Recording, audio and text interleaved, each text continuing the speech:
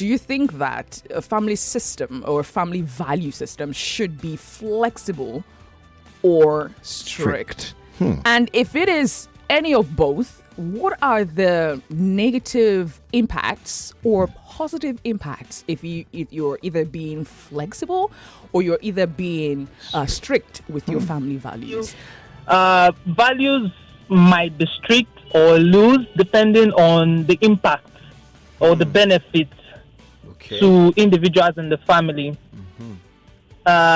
Should I say, for instance, religion? There are families who hold high or who take religion seriously, maybe Christian or Muslim. There are certain activities or certain things you should not participate in because of your beliefs. So I think for values in the family, it depends. It really depends on the impact. Okay. So you're not saying it should be flexible. You're not saying it should be strict, but it depends on what kind of. It can be strict. It depends. So a family wouldn't have just one value. You have values of different aspects of life. Absolutely. So there are some that may be strict. There are some that may be flexible, depending on the impact on the individual in that family. Okay. Well said. Family value is all about family discipline, the standards, the moral value, like the moral stuff like that, So I think it should be flexible. Of course, it should be flexible. When we're talking about the flexibility of it, we mean it should tend to change.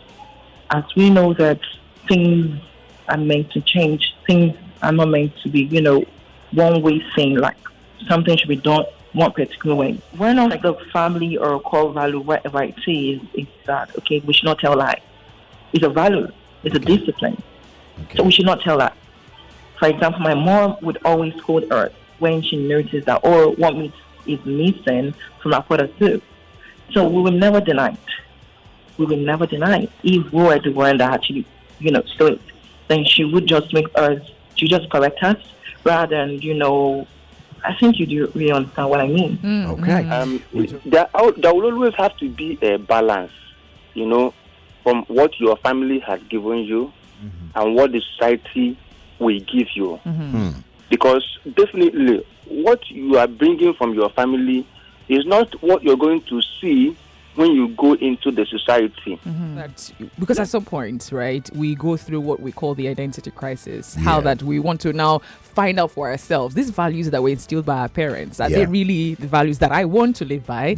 Are they really the belief system that I want to continue with? That's right. And then this child walks up to you and tells you, I don't want to be a Christian.